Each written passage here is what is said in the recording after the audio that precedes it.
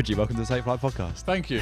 Nice to finally connect and get together. It is, I know. We had a couple where we missed it. You were busy with training and stuff, so. Yeah, obviously training sort of dictates a lot, you know, you do in your life. Sadly, I've been used to it, but yeah, it's something you get used to. We were just talking about this amazing room. We're sat, for people listening in audio, we're in Ridgie's cinema room, which is amazing. If you're watching on YouTube, it's got all the shirts around the edge, which is amazing. Yeah, I mean, it's something we did just before the first lockdown. Yeah, it was obviously something I'd earmarked. It was 2 rooms, but always wanted a cinema room, TV room, whatever people call it nowadays, and somewhere to put the shirts that the wife doesn't see it out in the normal part of the house. So, yeah, it's a little treat. Come and watch football and films, and that's good. That's superb. What's your go-to film? What are you putting on? Oh, go-to film... The problem is it's a long one. My favourite is The Godfather.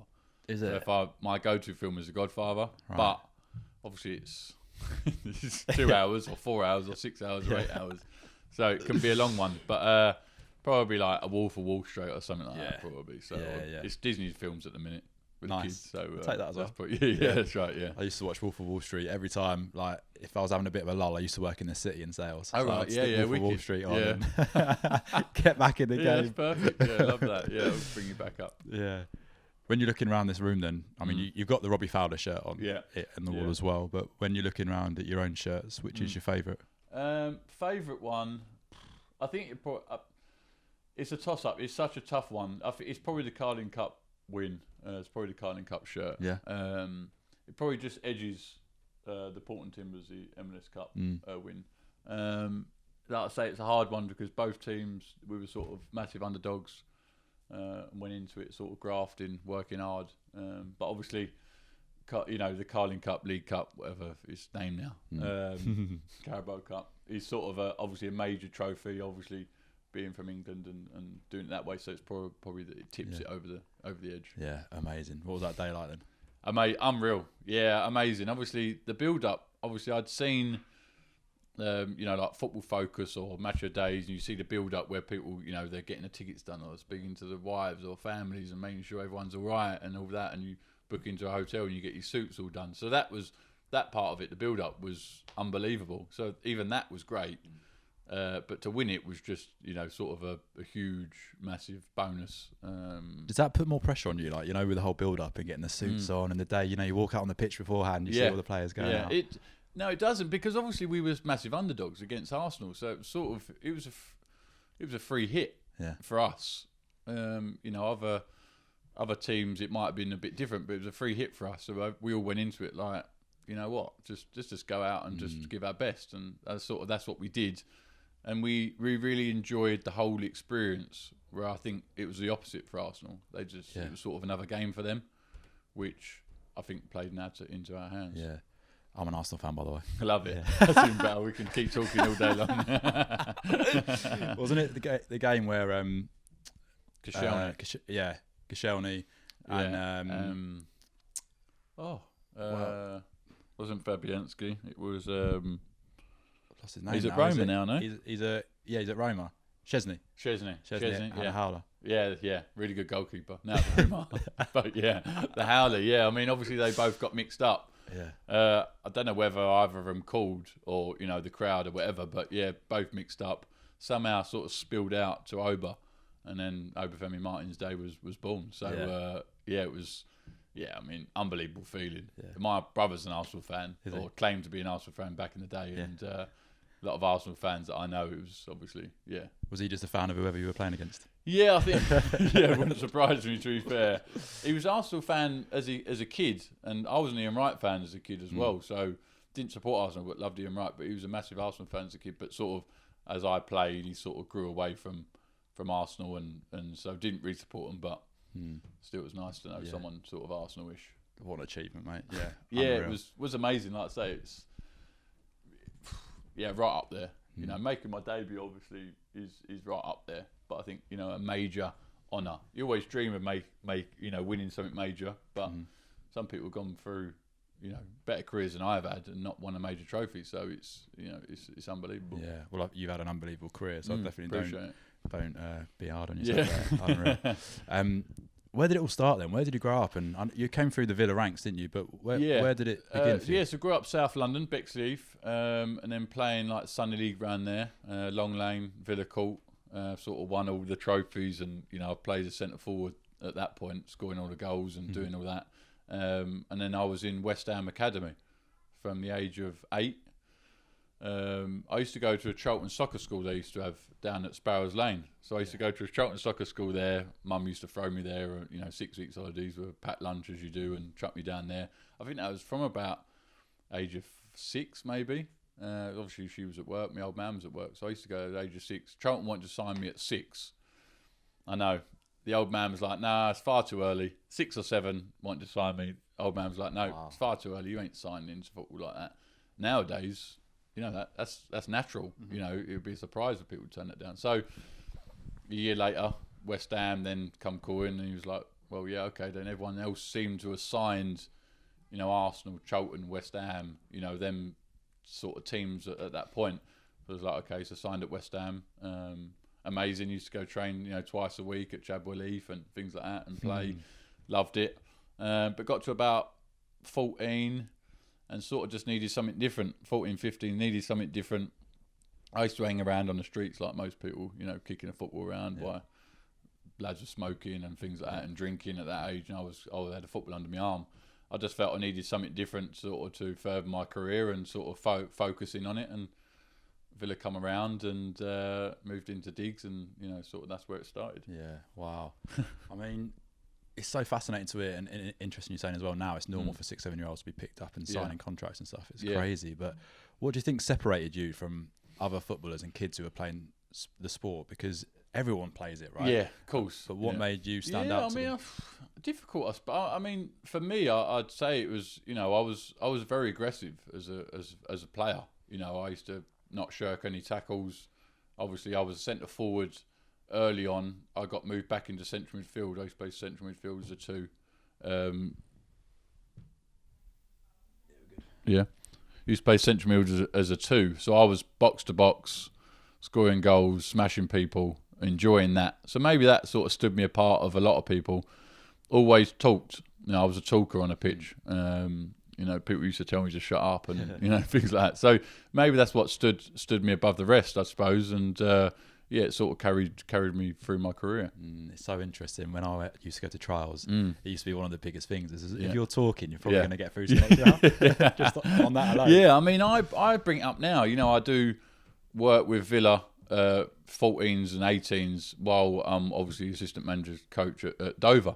So I bring it up all the time about talking, and certainly with the younger ones, if someone's watching, a senior pro or a manager, first team manager, first team coach, if you're the one talking, they're going to notice you. They're going to be like, who's this kid, right? Like, he's going to go and ask the manager, who's he who keeps talking?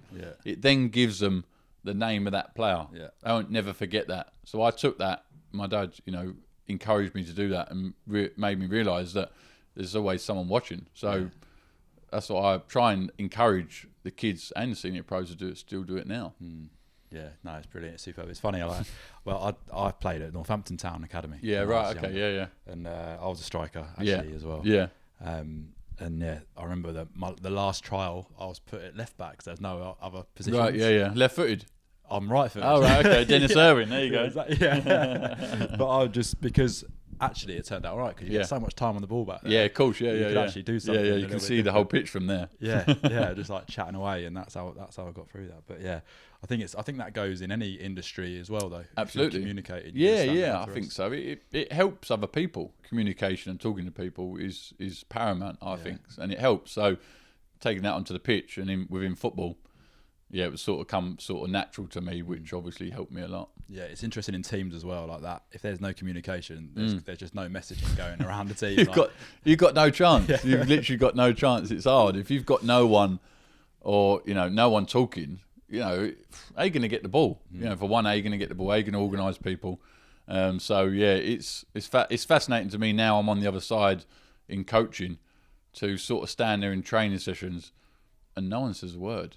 And you think, how are you even going through the game? Like, I don't even know how you even get the ball if you don't say nothing. So it's just I just try and help the boys of like take every opportunity you can, because it'll go like a flash. Do you think it's a game that suits the extrovert more than the introvert, like that kind of outwardly, like that sort of personality? Yeah, I think so. I definitely think so. I think it's something that, you know, football, you know, you see the walks of life and the people that sort of surround themselves with football. I certainly, back in the day, a lot more than now.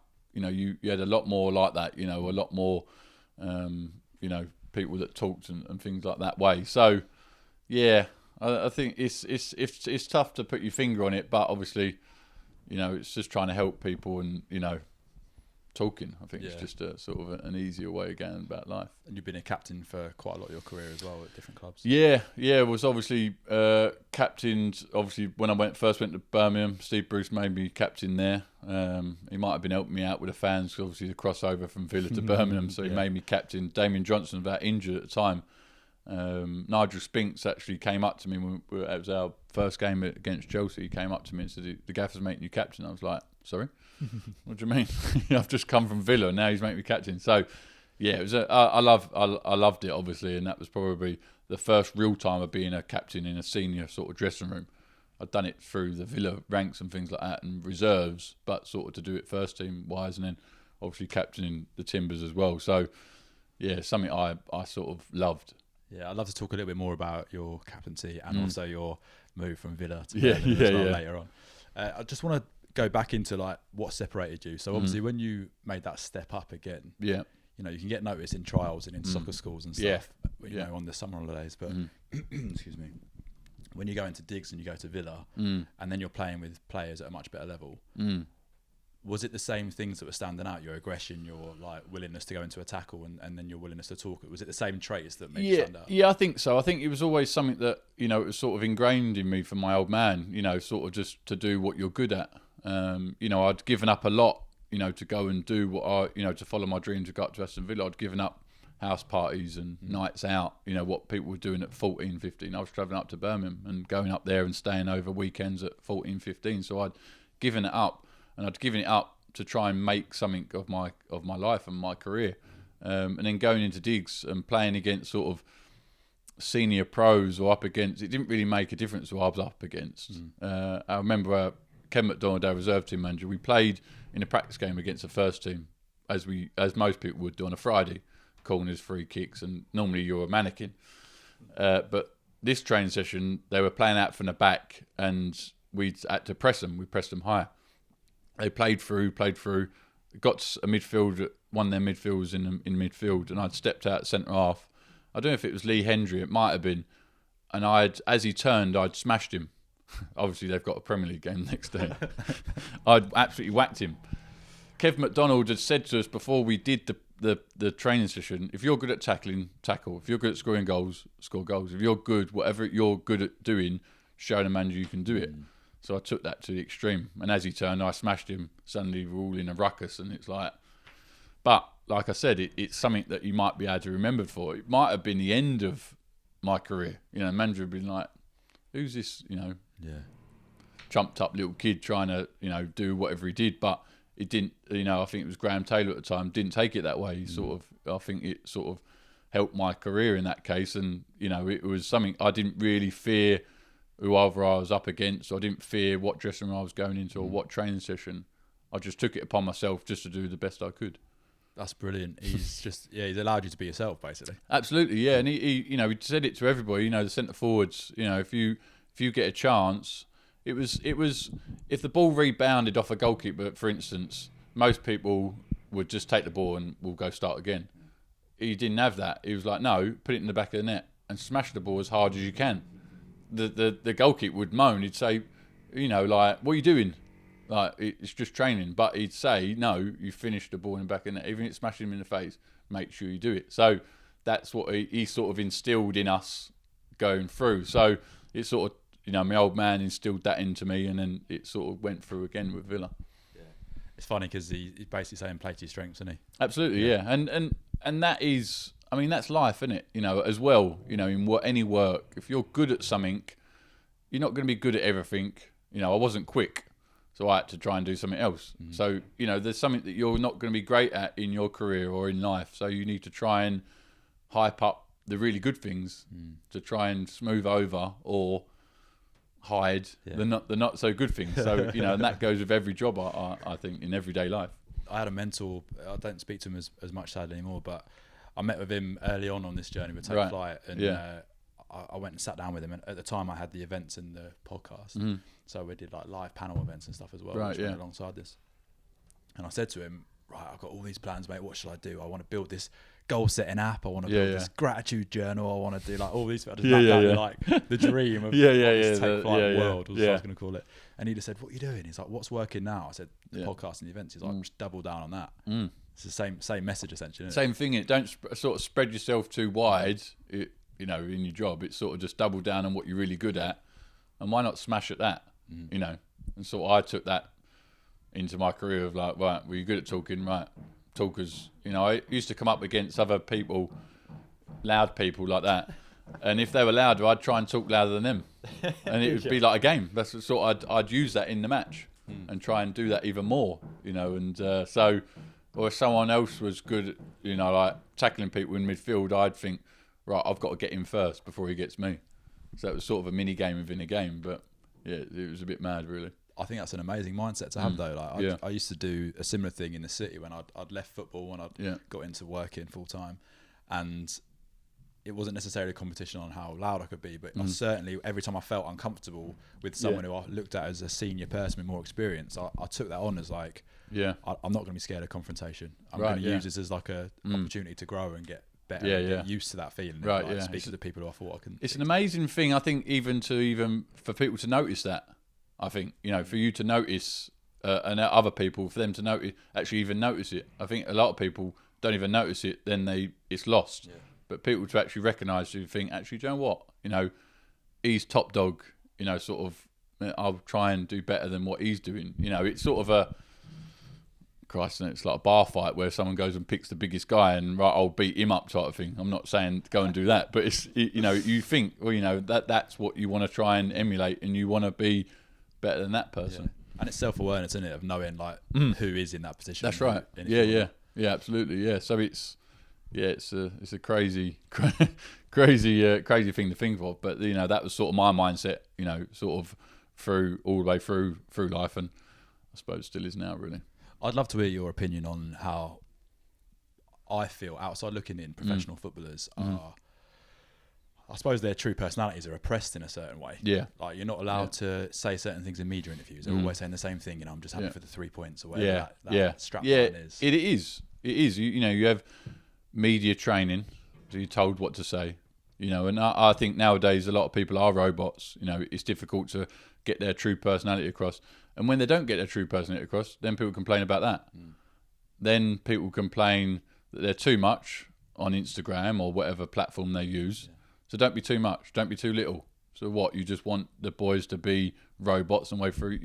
That's not football, that's not life. And you don't get the different characters within football that you need to make a team work, or to make the league work, or for people to enjoy. So it is robotic nowadays, and it's a shame because everything's scrutinised. Pretty much why I left to go to America. I didn't enjoy it. I didn't like that side of it anymore. And I think nowadays it's sort of, how was the game? Yeah, it was good. Like, how do you think you feel you did? Well, yeah, I think the team done really well. Well, the question is, how did you do? Sort of them types of things where people want. So I think the Mika Richards of this world, who've got onto Sky punditry and things like that, have really brought a freshness to it, and people actually think, oh, do you know what? No, we like that different side of it, the laughing side, just not stand there and just give an opinion. They want to see a little bit more. So I think it is very robotic, but I think hopefully, people start to come around to it a little bit more. The Peter Crouches as well. The Peter Crouches, the Jimmy Bullards. Yeah. Them types of characters that you need. Yeah, you don't want them all across the TV, because we probably wouldn't even get anything done. We wouldn't finish an episode. But you need them different characters for people to see different people, because there are people out there that are like that. They're a bit crazy. Like, they like to have a bit of fun. They like to mess around. If they keep seeing these people that are just giving one-word answers and just normal way, they'll think, well, I'm something different. I'm not so sure I can sort of express myself. So it's good for that to be out there.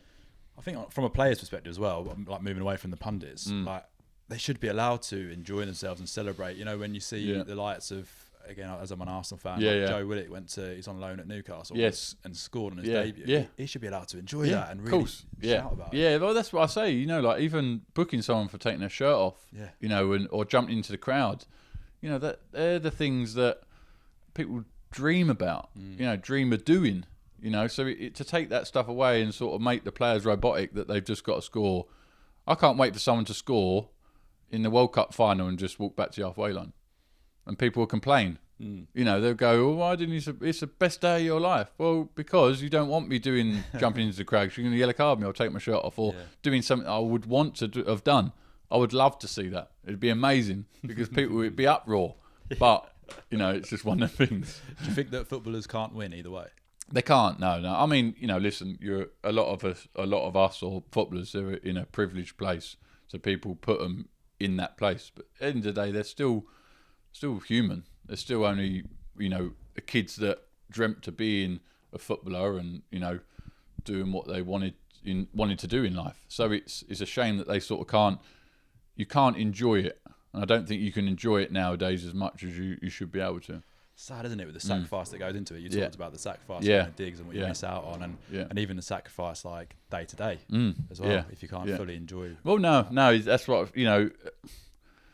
You can't fully enjoy it. You know, if you go to the pub on a Friday night, your local pub that you've been going to the whole of your life, and then suddenly you make it into the first team. If you go to the pub and have, I don't know, half a glass of wine and something to eat, someone takes a picture of you.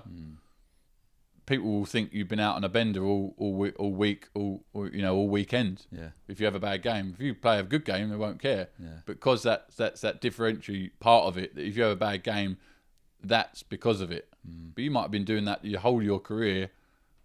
That doesn't affect it. You know, you've got to be able to, you know, feel natural and feel you know, and that will bring out the best in people. So it's a shame that people have to sort of suppress that and not be able to do it.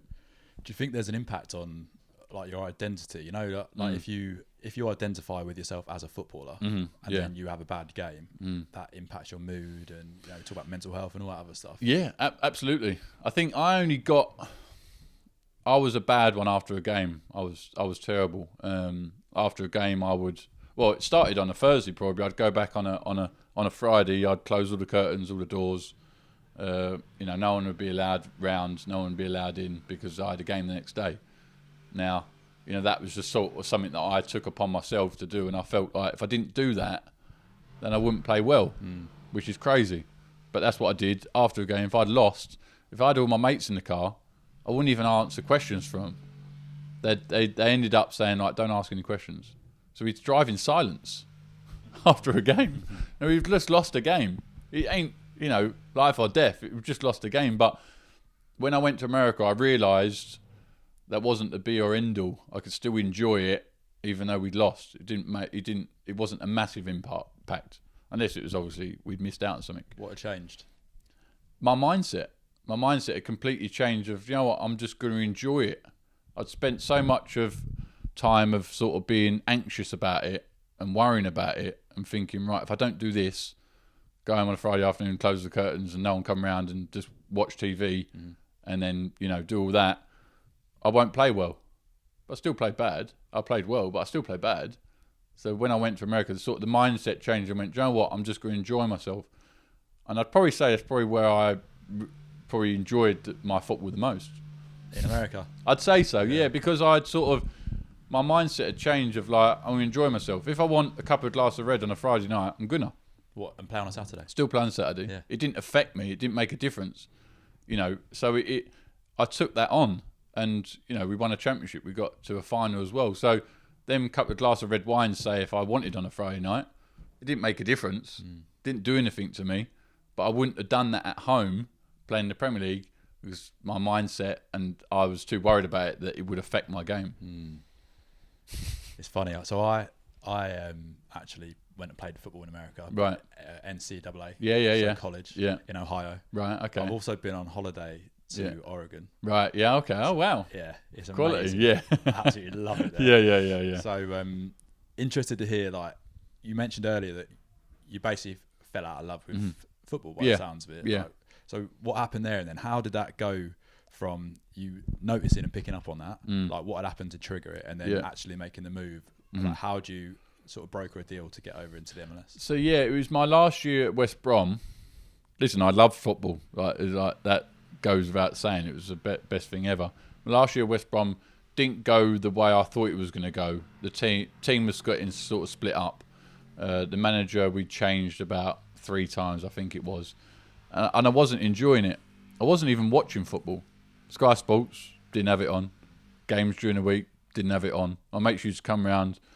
We're watching this game. No, I used to watch cookery programs. I used to watch gardening programs. Yeah, I enjoy them, but I didn't watch football.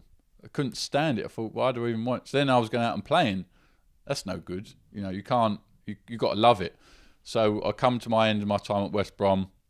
They didn't want to renew my contract at that time, which was absolutely fine. I was looking to get a move back to London.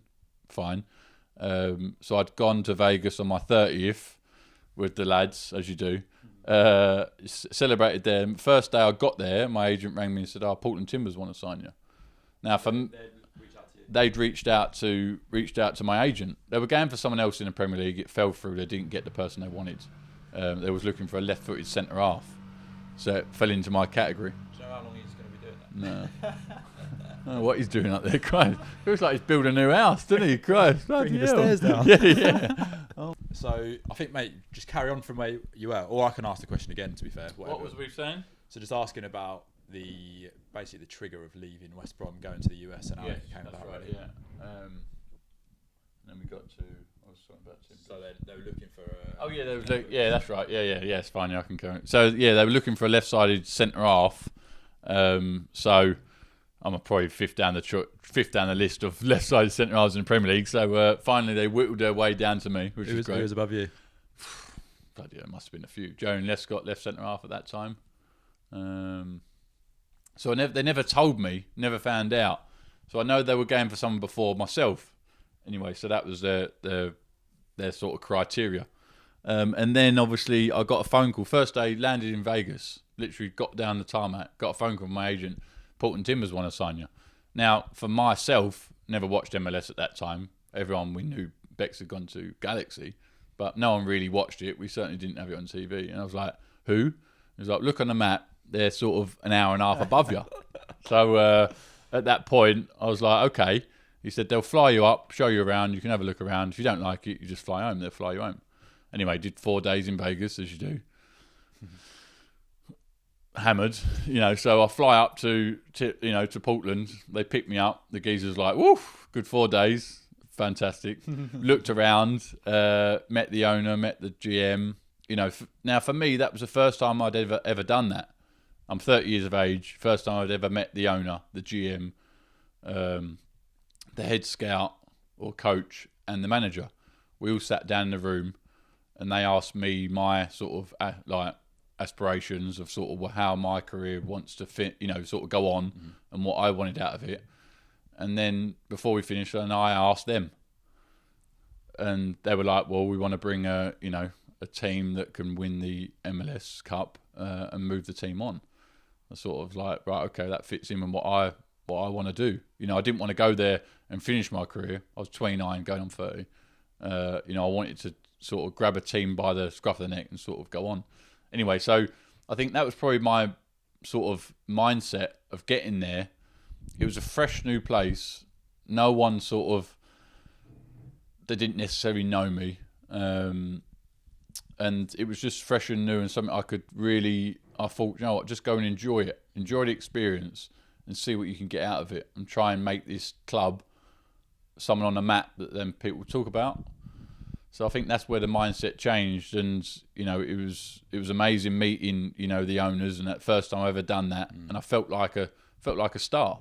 I'd played in the Premier League, but I felt like a star, like a Wayne Rooney at Man United or David Beckham. I suddenly felt like, this is something I can sort of work with the GM and the owner and the manager to try and make the team better. And that was probably the mindset that probably changed me, and thought, just jump into it. It's so important to interview them as well, in that sense. I think people, again, away from football, you can do that. If you are asking questions to them as well, it makes them think. And yeah, because then you know what they want as well.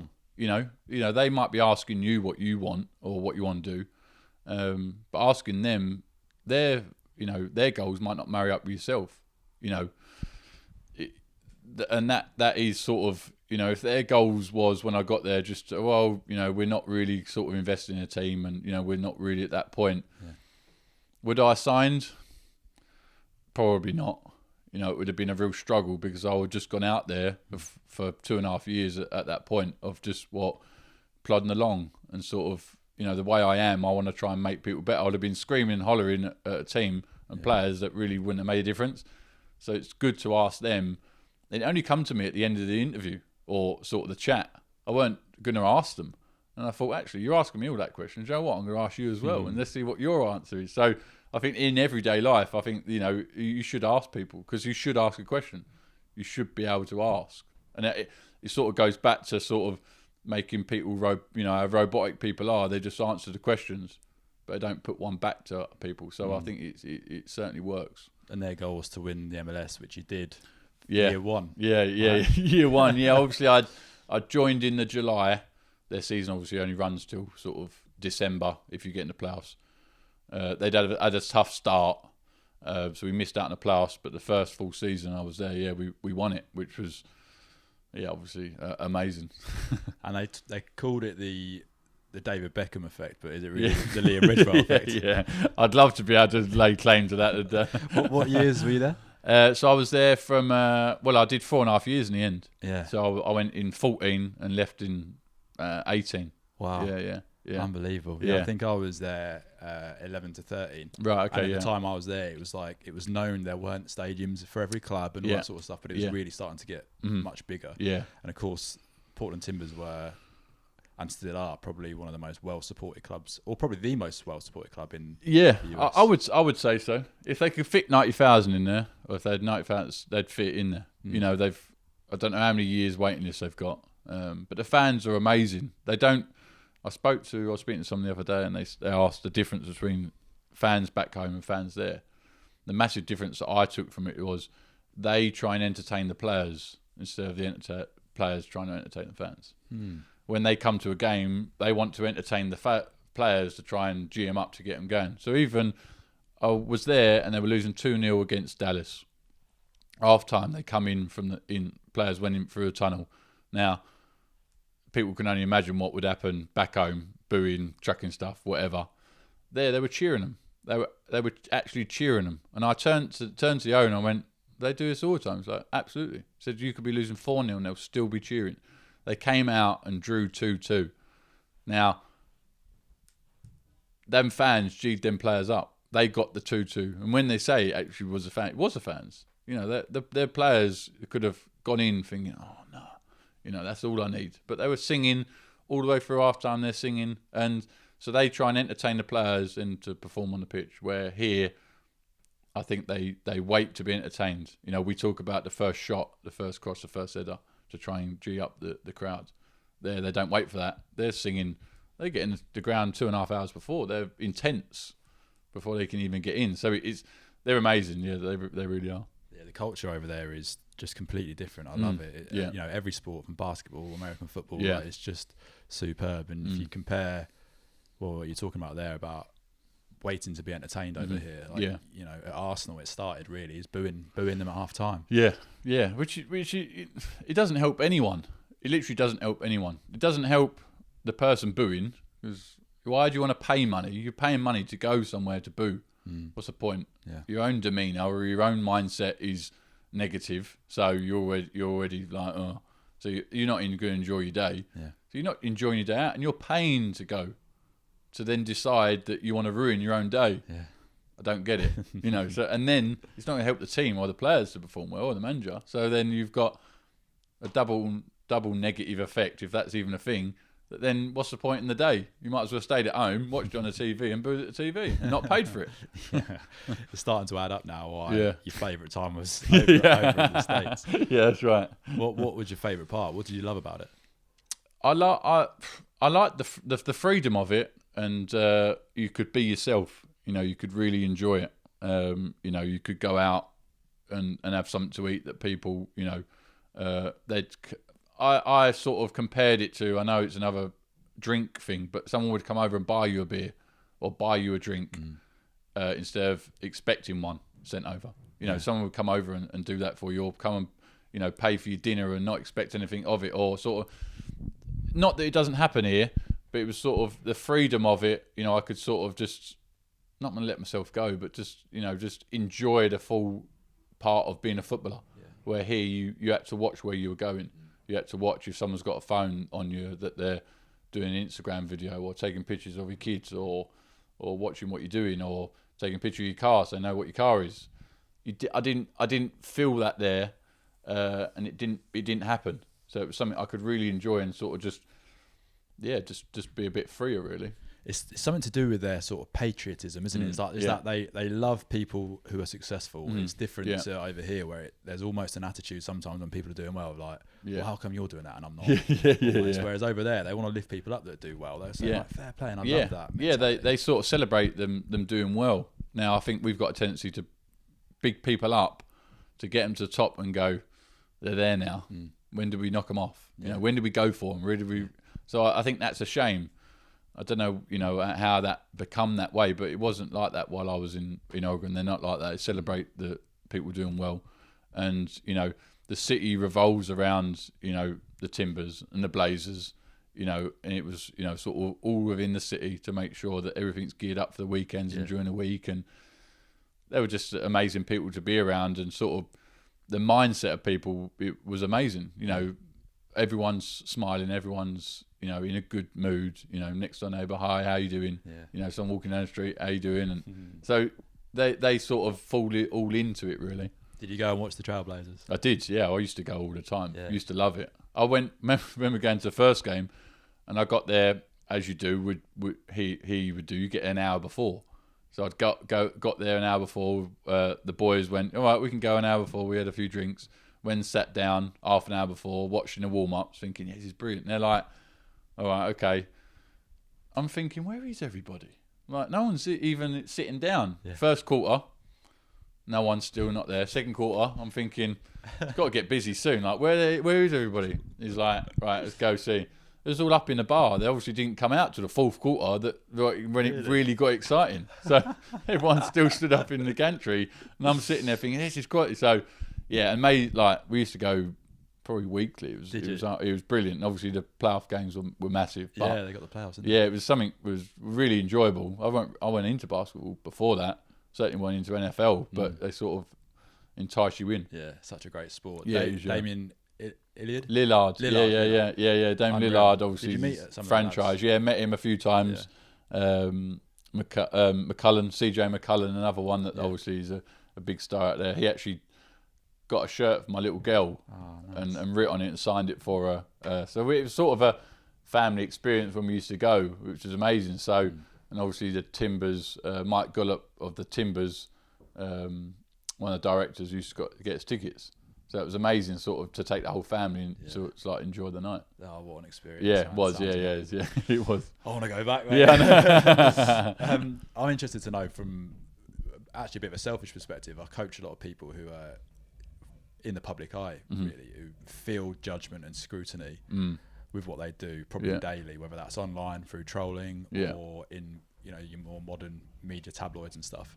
So how would you advise people who have had a lot of scrutiny, a lot of judgment, a lot of negativity? I know you obviously moved from Villa to Birmingham, and there was a lot of heat around that and various other stuff that we might talk about in a minute. But like, whether it's controversial or just doing what they are doing day to day. Yeah. How did you cope with it? Do you know what? I had the mindset of the reason I'm doing it is a positive reason. It's going to affect, isn't it? So it was the last of it, you fucking mum.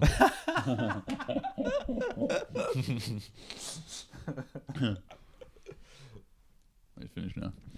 Yeah, so I took it took it as the reason I'm doing it is a positive thing. So it's for me, either to further my career or what I want to do. So I ignored it, or I just didn't see it. I was so focused on what I was wanting out of what I needed.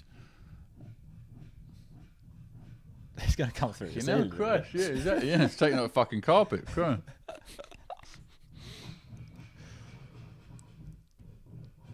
It's like he's rushing, isn't he? Yeah, bless him. It's like shit, quick. Fucking come on.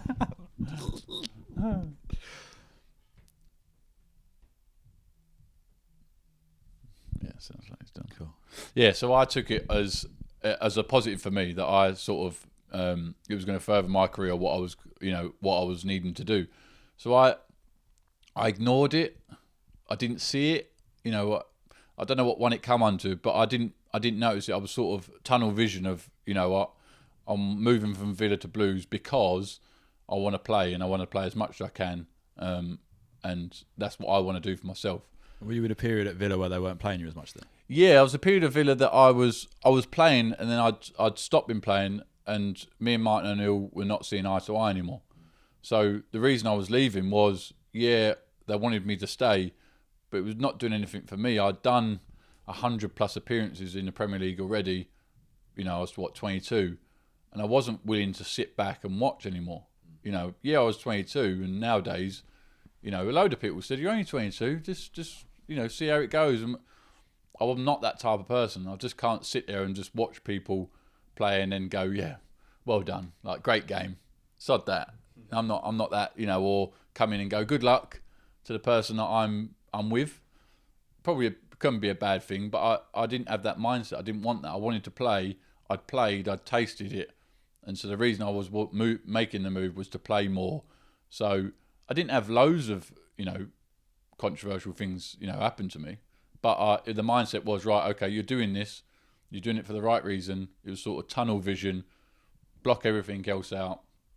Any trolls or any people didn't affect me. I sort of ignored them. Now, I suppose it's easy for me to say that to people. You know, I've spoke about, you know, mental stuff before, and, you know, platforms of, you know, having stuff and people, you know, getting on people's cases and making them feel bad. It's easy for me, I suppose, to say, just ignore them. You know, delete the app. Don't go on your phone.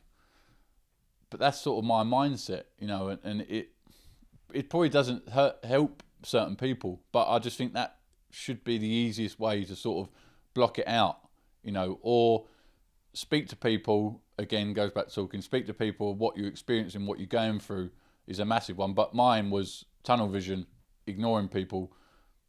That doesn't bother me, whatever. But that's discipline, basically, isn't it? That is discipline, and yeah. I think that's what a lot of us don't have in the modern day, because it's too easy to click on that app. And then when you do that, you get in a habit of doing it. And then it's very easy to go down that sort of negative pattern. It is, yeah. So, and it can change your mindset. You know, it can change what you're doing. You know, and you sort of, like you say, you get into a rhythm. You get into this, you know, clicking on that app to see what other people are doing. You know, and I could have easily done that while I was in America, seeing my mates at home going out and having a good time, or seeing what they're doing. And I looked at it and it was like, well, good for them. Yeah. You know, but it is, like you say, it's discipline. It's sort of mental toughness to try and block that out, to go, well, I'm okay. I'm still having fun. You know, like, I'm happy. So who cares? So. And was that mental toughness, like you talked about your dad a few times, where you said he like moulded you a little bit? Does that come from that? Or? Yeah, no, absolutely. Yeah, you know, look, my dad, you know, he was hard on us. He was made sure that we were mentally tough, and certainly made me mentally strong. That, you know, you can overcome anything, and, you know, you can do anything you want to do. So, you know, I'd broken my leg in my career, and you know, me injuries and setbacks and things like that. You know, it ain't all rosy. So you have to have that mental toughness, and he sort of instilled that into me, that really it didn't really make a difference what people thought or what they said. I didn't really care. You know, if I had to go and knock on the manager's door at 18 years of age and ask why I'm not playing because the first team had lost, I'd go and do that. You know, nowadays I don't think boys necessarily have that. What a great way to be brought up. I had a similar thing where you're told that you can achieve anything that you put your mind to, or work hard to get to. Yeah. You know, we were talking earlier about, you've got your children. Your little daughter who's running in there. I've got mine. Like, I think that's something I would take on as a parent to do the same thing. So you can do anything that you want. Yeah. It's as parenting, I think it's hard. It's not hard love, but it's sort of like trying to instill that into them. You know, my boy, is the same. He's had setbacks in his footballing career so far, and like sitting there watching him, cry. And I cried when I was younger, and when I was injured and couldn't go on football trips, and as you do. But it's sort of like trying to get them out of it to try and create that mental toughness that, everybody has a setback. It's how you bounce back from it and how you show that you rise above it to turn it into a positive. Yeah, it's super. I love it. Yeah. We talk about obstacles a lot on this podcast. That's actually where the gold is. That's where you grow. That's where you become a better person. And when you inevitably face it the next time, it feels easier. So yeah, I mean, in everybody's road, everyone's going to have a bump in their road. There's always going to be a little jink. There's always something in that line that's going to take you off track.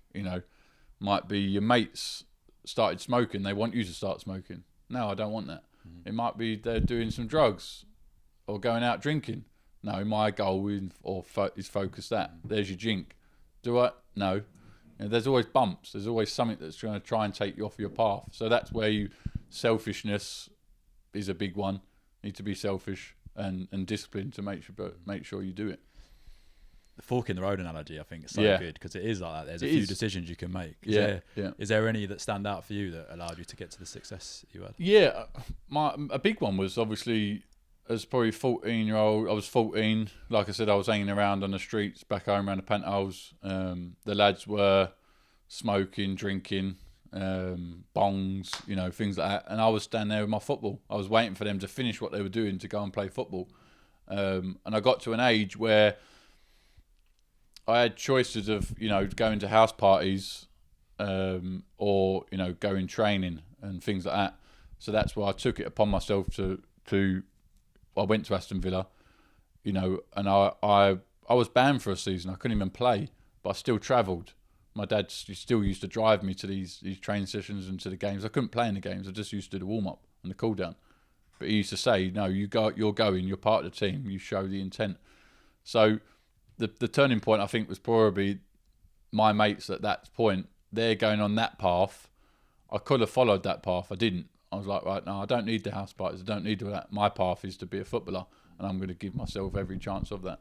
That's absolutely superb. What are your mates doing now out of interest? Yeah, obviously lost contact with quite a lot of them. Obviously, as you do when you get older. But I still speak to one every now and again, Ryan, and they're just, I say normal day jobs, but they're just working in a city and things like that, and getting on with their lives. We've tried to catch up a few times, hasn't worked out, but yeah, it's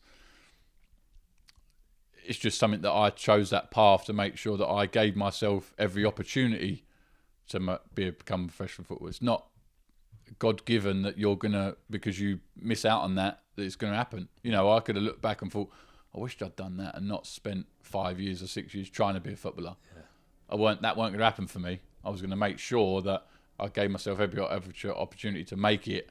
Yeah. And then you can always go back and do that if you want to. Yeah. And that's why you can sit in here. Yeah. Shirts on the wall. Yeah, that's right. Your medals and it's unbelievable. That's something to look back, to look back on. A lot of people say it until you retire or sort of you're out the game, you don't realise, because you don't take it for granted, but you're in it. So you're just moving on from game to game, train session, season to season. But it's when you look back and go, all right, oh, that's what I did. Oh, there's that shirt. It's that sort of things that you get. The nostalgia. Yeah, basically. How's it been then? So did you retire last year or the year before? Last year, yeah, just before the first lockdown. Just for the first lockdown. Yeah, do you know what? It's been brilliant. Has it? Yeah, it has been brilliant. I haven't missed it. I miss playing football, but I haven't missed that side of it. Like the contractual, like commercial every week going and training. Yeah, exactly. Yeah, obviously, going into coaching has probably helped me because I'm still around it. But I haven't missed that part of it. I think football's changed so much from what I knew what it was. And when I came back from America, going up to Hull, which was amazing. But the game, I think, has changed. It's just different. It's more robotic. It's sort of, and I didn't enjoy that. There's no stealing of wash bags and, putting stupid things in it or, stealing the cars and putting them somewhere else, which I enjoyed. So it's just a different game for me, really. That's so good. What? I'm reading James Haskell, the rugby player. Right, yeah. Because he's coming on the podcast. Oh, okay, wicked. So, and he's talking about the same thing and how that's just like, that's such a huge part of the culture of football and sport. Really is. Yeah. I remember like it's stupid stuff, but getting what's the muscle rub? Oh, DP. Yeah. Putting your clean boxes afterwards, so you put them on. Yeah. Oh, lads, come on. Yeah. Well, I mean, nowadays I think people take it to heart. Yeah. You know, they to complain about things like that. You know, and things like that. So it's when I'd come back, that was still going on in MLS, and they was still doing it while I was there.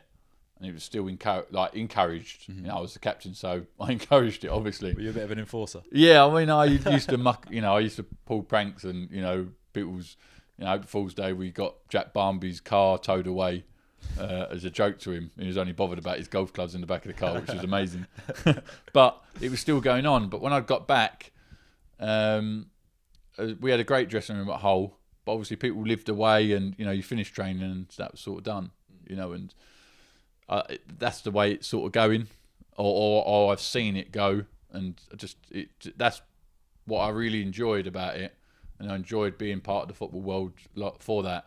I think people have spoke about it a lot. Jimmy Bullard and you know Bentley have spoke about that way of it really. Yeah, I can't meet you without talking about some of the because like fun and banter is like it is the core of football. Of course, if it is going out, it's such a shame, but something that I loved and found hilarious, which I'd like to hear your version of, is, and I don't even know how it happened, but there was a picture of you at a time when footballers were getting a lot of heat for making lots of money and all this other stuff. Of course, yeah.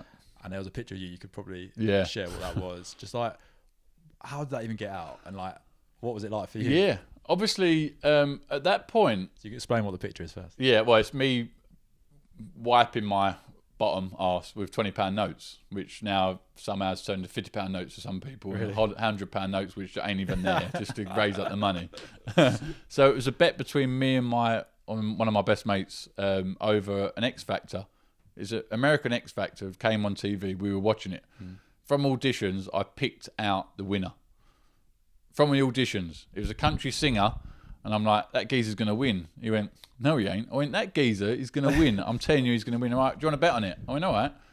I think it was 300 quid we bet. Now, I'm not saying 300 quid isn't a lot of money, but people can, you know, that it is a lot of money. Was it just the two of you in the bet? Just the two of us in the bet. Okay. So it went through. I was even on holiday and he's FaceTime me. He's got through again. He's got through again. I can't believe it. Like, actually, I don't think FaceTime's around. Anyway, he's ringing me again. I can't believe he's got through. He's like, he's in the final, and I'm like, shut up. So we did a whole day of the final, which was amazing.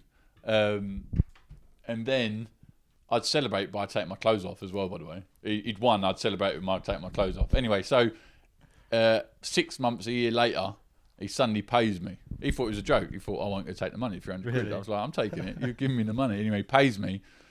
I'm at a different team. I'm at West Brom. I'm in a different house. It's a year later.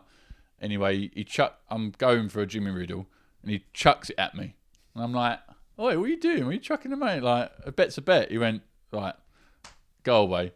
So obviously then I've turned round, pulled my trousers down because I don't go for Jimmy Riddle like that. Well, I didn't at that point, and now I do when I'm older. But at that point, I didn't. Pretended to go, yeah, unlucky.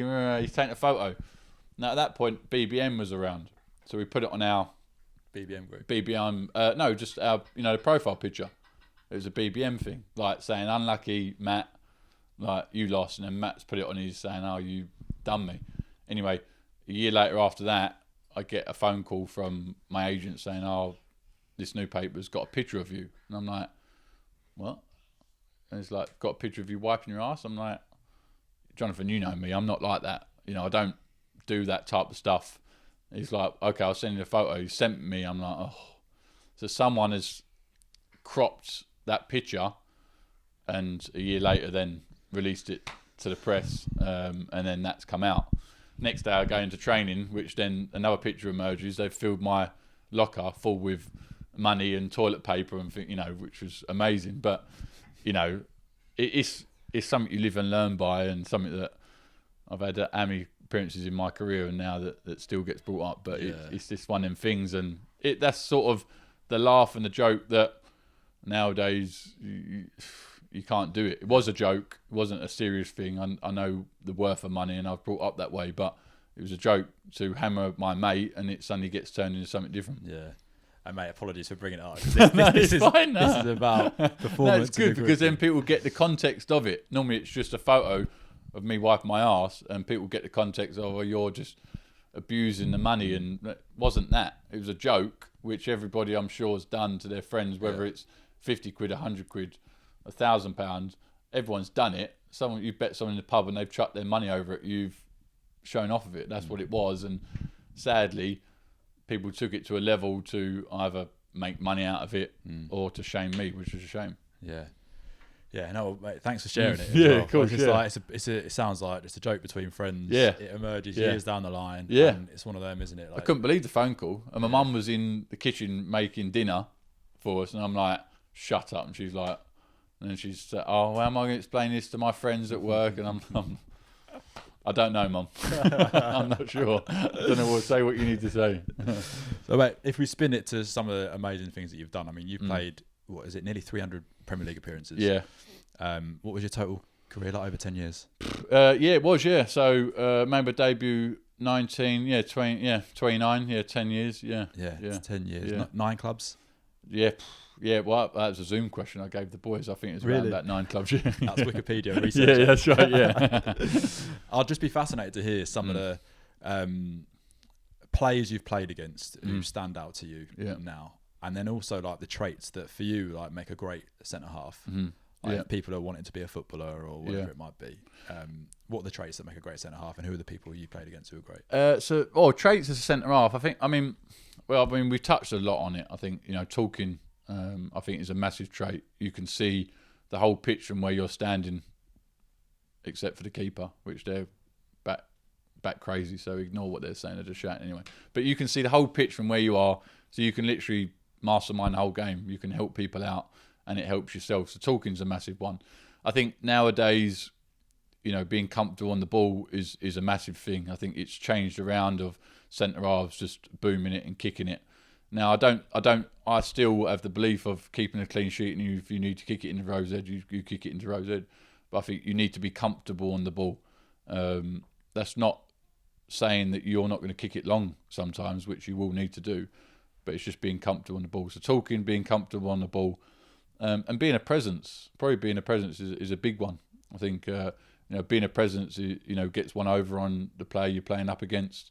It helps you. It makes you feel 10 feet tall, and being confident. So, there's loads of finer details you can go into, but I think they're the major ones that probably will help you in your game and help you in your career or trying to make a career. And was there anything you did pre-match, as like rituals or routines that helped you to get in the right frame of mind? Rituals.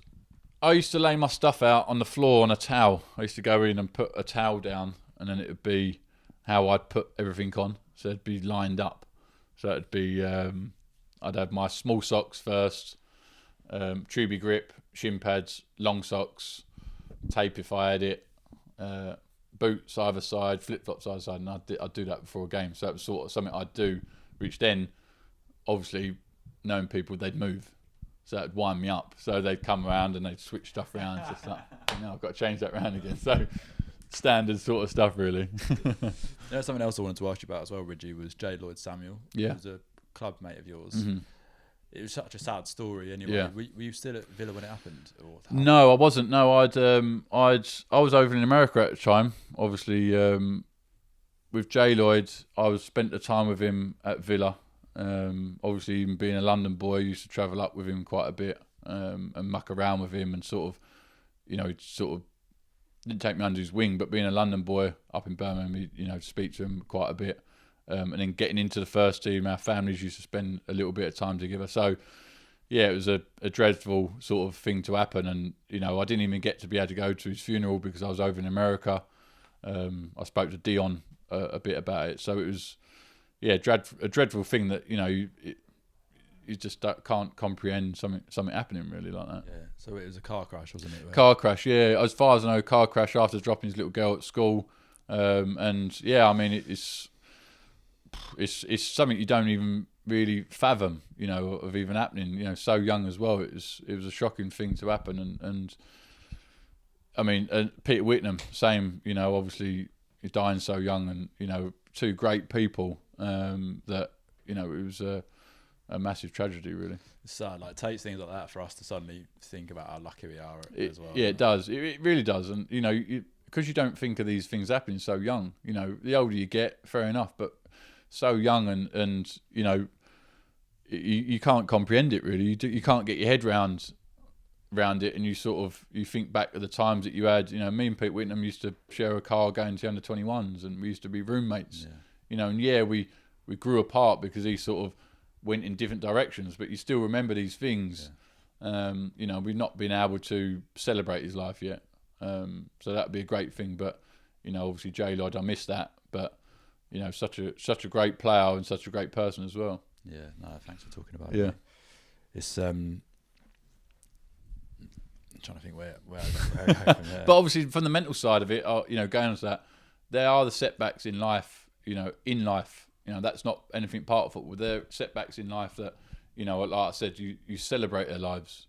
To me, to celebrate them and think about the good things and the positive things that they brought to, people around them or into my life that I remember, and sort of, take them things on, and you don't, it might take a second and makes you not take things for granted and think about, you might need to make a phone call to someone, or talk to someone. So it's, from a mental side, they are the setbacks in your life, not football, nothing to do with football, but in life you get setbacks, and they're things that you've got to try and positively take forward with you. Yeah, I saw you paying tribute to him as well. Every year.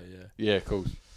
How are you for time right now? Yeah, no, fine. Yeah, cool. Yeah, sounds. Yeah, cool. I'm just going to think how we get a little bit in the last 10 minutes. I didn't touch on people played up against. Yeah, do you want to do that? Yeah, it's fine. Yeah, okay, great. Yeah, so and also just talking about players who you played against, some world class players, mate, unbelievable. Yeah. So who stands out in your mind?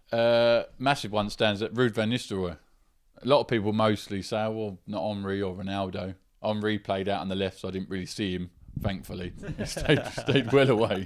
Ronaldo played up against him, obviously, for a few years, but he wasn't Ronaldo that we all know now. He was sort of getting to that point. He nearly never made it now, did he? No, that's right, yeah. Yeah, exactly. I made him a great player. That's right, playing against me. But he was still good. Obviously, he was still very wary of him and what I needed to do up against him. But he wasn't that type of Ronaldo what he is now. Ruud van Nistelrooy was sort of at the peak of his career at United as a centre forward. I remember playing him at home one year, and they had the team, the Roy Keane, Paul Scholes, Rio Ferdinand and Vidic and all them players, and Ruud was playing up front. The one thing that I came off that game with a physical headache. It's the only time I've ever had it against Van Nistelrooy. Against Ruud van Nistelrooy. It's the only time I've ever had a physical headache without, clashing heads or getting an elbow. Came off literally with physical headache because you never saw him all game. He stood on this shoulder and that shoulder or behind me, and I kept having to sort of look round, and I couldn't never get him. I think he probably scored 2 that game. I think we lost like 4-1 at home, I think it was. But Paul Scholes kept picking the ball up and just literally, and if I dropped deep, he'd drop even deeper. And if I did it again, he'd drop.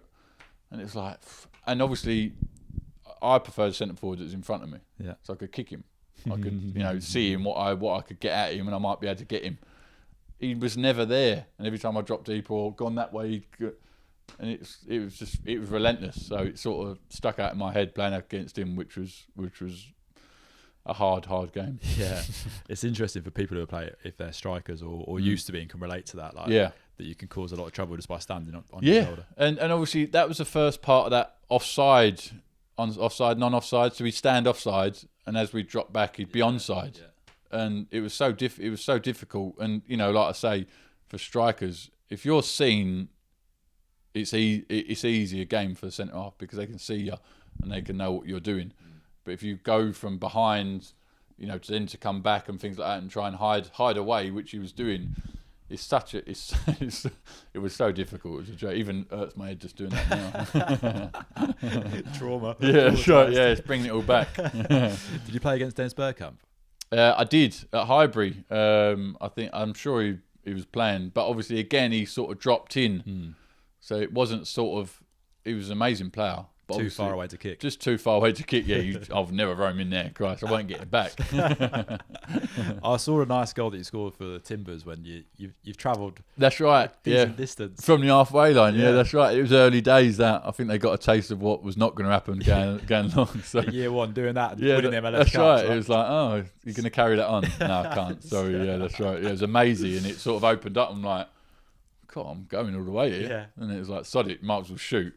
And I think Maxie was screaming for me to squirt, and I thought, no, you're not having this one. Luckily, it went in, thankfully. That was a great goal. Do you know what I'd like to talk about as well? Sort of last little thing to touch on before we wrap it up is, you lived in Oregon, unbelievable place, weather's superb. Yeah. As far as I'm aware, you live like on the lake. Yeah, on the lake. That's right. Yeah. When I went there, we went to one of the lakes there, got like the boat out. And did like jet skiing. And yeah. It's such an amazing lifestyle. But you created a company, a clothing company with swimwear. Was that why you're over there, and was that inspired from being over there? It wasn't actually. It was before I left. My best mate Sam Saunders. We were just trying to think of things to come up with, sort of after our career. Both love our fashion, and we were talking tracksuits, and obviously the market was sort of flooded with all that. Now, we'd been to Vegas and Marbella and Ibiza and seen all these people coming in swim shorts and thinking, you're wearing a pair of Nike swim shorts or a pair of Puma or Adidas. I'm thinking, why are you wearing that to a pool party? That was sort of the turning point of people starting to go to a pool party and go, I'm going to dress the way I go out in the night time. So he sort of sketched his shorts with this blue band and went, what do you think? I was like, no, that's all right, that's not bad. Anyway, so that sort of started it in 14. I'd left him to it. I'd try and do it over FaceTime or phone calls, and it just sort of grew bigger and bigger and bigger. And then a year ago, the wife took it over, and now she sort of runs it and does it all. So it's sort of, it's been a tough road. It was a tough road, but sort of we took it. I did a thing in Oregon, actually, in Portland, where we hired out a shop and did a big do and shindig. So it was something that was just really good and enjoyable, to be honest. Yeah, those stories are fantastic. It comes from real life experience of seeing something and going, do you know what? This should be different. Yeah. Let's actually take action and do something about it. Yeah, well, that's right. I mean, like I said, it was at these pool parties and people, it was sort of turning, the trend was turning while these pool parties were happening. And everyone was starting to dress the way they went out. People were wearing shoes while going to the pool. You're thinking, it's a swimming pool. What are you doing to yourself? It's high heels and things like that. And I'm thinking, what the heck? Anyway, so it was like, well, let's bring out swim shorts that you can wear to the pool and then leave and go to the bar in. Yeah. Or even, go out in. And that's what we tried to create. So, it was tough and it was a long road. Like I said, the wife's taking it over now and she's sort of running it.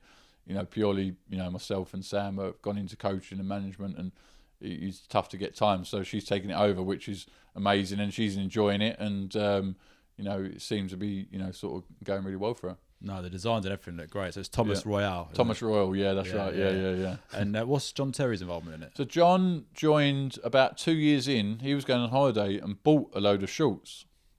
And then through connections of his friends and ours, sort of asked about Thomas Royale and about investment and what it was. So he invested in the company and got involved.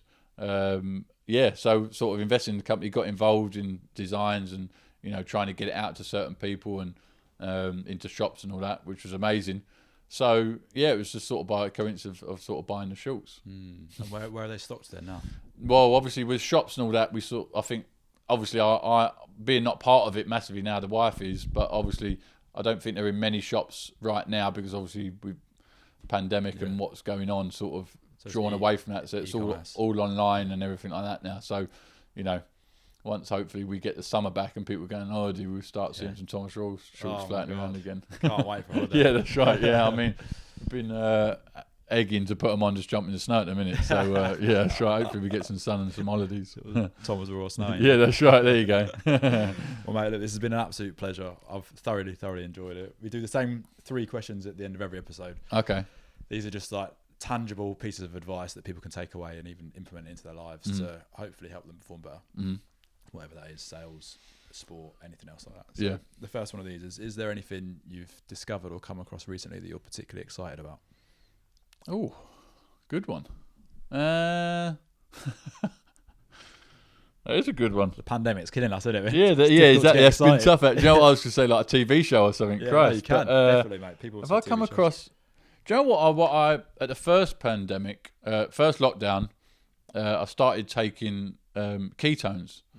The wife was doing it in secret because she knew what I was like. I hate all that. Any supplements, I've never done them in my career, never done them.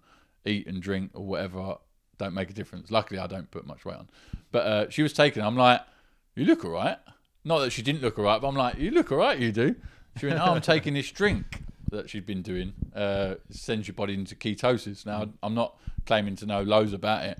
But yeah, I started taking that. And it's been brilliant for me, sort of mental side and health-wise and things like that. So that's probably something that I've been excited about. Yeah, interesting. What is it? How does it make you feel then? For me, yes, it is a weight loss thing. It's another sort of weight loss thing, but it's also got a mental side. It made me just feel really good in the morning. Like sort of, it sort of opened my eyes. Mad thing to feel. Obviously, I didn't need it for weight loss thing, but I took it in the morning. It stopped me having tea and coffee. So I took the drink and drunk it, and you sip it over probably like an hour. It just sort of opened my eyes and sort of just, I don't know, happy, bright. Not that I wasn't before, but it just made myself feel really good. Noticeable difference. It's funny, mate. I was just going to say, actually, this is my first coffee in a month. Right? No way! Wow, bloody hell! Amazing. I was just trying to. I got in a habit of having too much of it, and I think you do get a little bit of fog when you have too much. Stimulus. I think you do, and you know, when I get up, I have a cup of tea, obviously, and I wasn't having a cup of tea through the first sort of lockdown because it was warm out, and I wasn't having it, and I don't know. I found myself a little bit not down, but sort of not alive. Bit of a crazy word, but sort of just not sort of, you know, not clicking. You know, how I should do, and I did. I started taking these drinks, and it was a 10-day challenge to start off with, and then you take them sort of lifestyle wise, and it I don't know, it sort of opened my eyes, like I wasn't living before, and then suddenly was living. It's like a limitless pill. Yeah, basically, like the blue pill. Getting out of the matrix. Yeah, that's right. All right, mate. The second of these is, if there was one habit or routine you'd encourage all listeners to incorporate into their day, what would that be? That could be a morning routine or just something that you do during the day. Routine. Making a phone call to someone. Making a phone call to someone just to chat to someone. I think we go through life, not, you know, some days not even talking to anyone else except for our own household. Some days, but just talking to someone, might not be someone different, could mix it up a little bit, but maybe just a phone call to someone. Maybe. Yeah. I don't do it enough myself. But it's something that I think to incorporate would be brilliant. Yeah, I think it's great advice, especially at the moment. That's right. Yeah, I mean, you know, the Zoom calls and you know, these quizzes. All the quizzes have come back. You know, I used to go to a quiz. God, I was at Villa at the time. Quiz on a Thursday night down the local pub to do the quizzes, which was amazing. But that sort of, I don't know if pubs fell away with that. I don't know. I've not seen too much of it, or I know it still goes on, but I don't hear about it as much. I don't know whether I'm just disconnected from it a little bit, but I don't hear about it as much. So these Zoom calls and getting these quizzes going, it's sort of brought that back round to me. Yeah, it's great. It's funny though, you're talking about the change in football and how that's different now. And you're right, we are losing something. Yeah, like in society. Maybe it's the tech that we're all just glued to our phones all the time. There's something. Yeah, I think it is. You know, as we talk about sport and as we talk about tech, it just brings me back to golf, where I think Tiger was on a tee box and everybody was looking at Tiger through their phone while taking a photo. Now I get you want the photo because I'd want the photo as well, but they're looking at Tiger through a phone, you know, with that tech. Yeah, when he's right in front of you. Yeah. See it in concerts and stuff. Yeah, exactly. People just videoing their performance rather than you're actually. That's it. Yeah. So really, people come home and go, "Look at that." Yeah. They don't describe it. You don't have a conversation, or you send a photo. So it loses it a little bit. So I think, the tech has gone away a little bit. At night, I get my phone. I just leave it in the kitchen. I put it up on the side and leave it in the kitchen. From when? From about 7:30. Yeah, I'll try to do that. So I'll try and leave it alone and put it in there. Now, football wise and management wise and coaching wise, things happen obviously during the night, and you probably shouldn't do it. But I don't want it sitting next to me, because you feel that need to do it. So it's I leave it in there. So yeah, I think studies will show in the future how it impacts us. I feel like a lot of us, I found myself doing it as well. You live almost in the third person. You're not like truly present here in the minute, because you're thinking about how whatever you're experiencing now might look on a photo or in your story, or like whatever you're doing. Yeah, I think it like you say, I think future, there'd be documentaries and things like that, and of how bad it was for kids to be doing certain stuff. When my little one's eating, she watches an iPad every now and again and watches stuff. I'm not going to claim I don't do that, but I just, in moderation, it to help the kids going forward. Yeah, you don't want to see them on it all the time, that's for sure. There's that great documentary, Social Dilemma, I think. Yeah, on Netflix, I've watched it, and it opens your eyes. Yeah. I go back to that drink. It opens your eyes. Yeah. Watching something, it does open your eyes, and you think, that does happen. Mm-hmm. It does work. It does happen, because you do see on these platforms that you click one thing, and then the next day you get another thing about it, and you think, cool, how's that happened? Well, it's technology. It's reading what you're doing, which is... You're worrying a little bit. Yeah, it's interesting. I've said this before on the podcast, but like I've heard it said that the greatest gift is to be able to see something with new eyes. Yeah. It's like that's what you're saying. When you open your eyes, you suddenly see something with a bit different perception. Yeah, absolutely. Like, wow. Yeah, I mean, I draw back to America. Before I went, my agent went, "Oh, ring this person, ring this person, ring this person, ring this person, these footballers or whatever, and ask them how it was." Mm-hmm. And I refused. I said, "No, I'm not going to do that." So I'm going to go there with open eyes. And if I do 6 months and don't like it, I'll come home. If I do a month, I don't like it, I'll come home. But I'm not doing that. I'm not letting them tell me something negative, or anything. If they do bring up something negative about the football, I'm going to go there and experience a negative if a negative comes. But I'm going to go in there and open eyes. And he was like, that's a good way of thinking about it. I love that. Yeah. I think that's superb. Yeah. It's brilliant. Yeah, because it's so easy to be impacted then by that and have your mindset already changed to look at it. And you almost start looking for that, don't you? Yeah. If someone said, it's this part of it's shit. That's it. Yeah. You'd think, fuck, I'm not going there. I'm not going to do that. Oh, you play on Astro. Oh, fuck that. I'm not doing it. Like, I'm not. It'll hurt my knees. Yeah, exactly. It'll hurt my knees. And, you're missing out on stuff. Since kids, going back to it, kids, what women do is, when they are pregnant, what do? They tell each other about their bad pregnancies. So they put a negative thought in their minds straight away. And I said to Francesca, she said, I'm not listening to anyone no more. Like I'm not asking for stories. I don't want to hear them. If you're going to tell me a story about your pregnancy, positive, all positive. She did all that when it was important. And now, bit back home, I caught her the other day. I know she was talking to a couple of her friends, and it's like, it lasted 24 hours and this and that. I went, there's that negative stuff, you want positive stuff in birthing and in bringing something to the world. So it's what you put in is what you get out of it, I think. Yeah, that's good, man. That's actually, as you're saying it's been a pattern throughout this conversation. Yeah. That's where your whole view on the world, and I think that's been a huge part on why you've had the success you've had. Yeah, and that sort of, I'm not going to lie, it changed when I left West Brom and went to America. I was just going through it, football wise. I was just training games. And I just thought, you know what, I'm going to enjoy myself now, and I'm going to enjoy it for me. And that's where it sort of come from. I've tried to carry that on, really. Yeah, amazing. We can all do that as well. Yeah. Last one. I think we've actually kind of nailed the answer to this now, but I'm going to let you give your own view on it. But if you had to nail down one trait within you that's allowed you to get the success that you had, just spoke about it for 10 minutes. What one trait would you say? Yeah, it'd be the drivenness of myself and mental toughness, I'd say. Yeah. Certainly driven part.